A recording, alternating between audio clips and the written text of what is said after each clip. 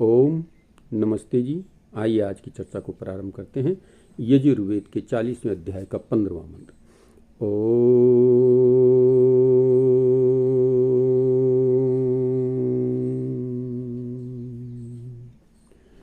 वायुर्नलिमथेदं भस्मान्तं शरीरम। ओम कृतो स्मरः किल्वे स्मरः कृतम स्मरः। तो कहा, हे कर्मशील जीव, हे कर्म करता जीव, शरीर छूटते समय तू इस मुख्य नाम वाले परमेश्वर का स्मरण कर। जो ओम नाम मुख्य परमपिता परमात्मा का है, तो उसका स्मरण कर। सामर्थ्य के लिए परमात्मा का स्मरण कर। सामर्थ्य के लिए, अपनी सामर्थ्य को बढ़ाते के लिए परमात्मा का स्मरण कर।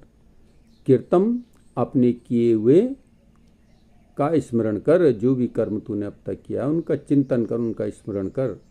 यह प्राण अपान आदि वायु, कारण रूप वायु, जो अविनाशी सूत्रात्मा रूप है, उसको प्राप्त हो जाएगा।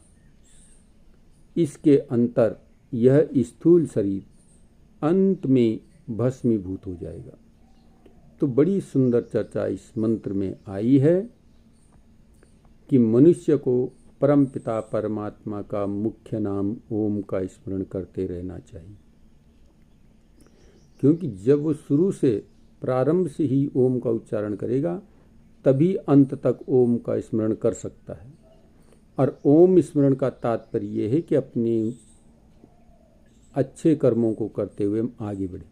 यानी परमात्मा का चिंतन जब हम करते हैं तो हम सुकर्म की ओर आगे बढ़ते हैं। परमात्मा को अपने साथ जानते हुए हम अच्छे कर्म करने के लिए उद्यत होते हैं।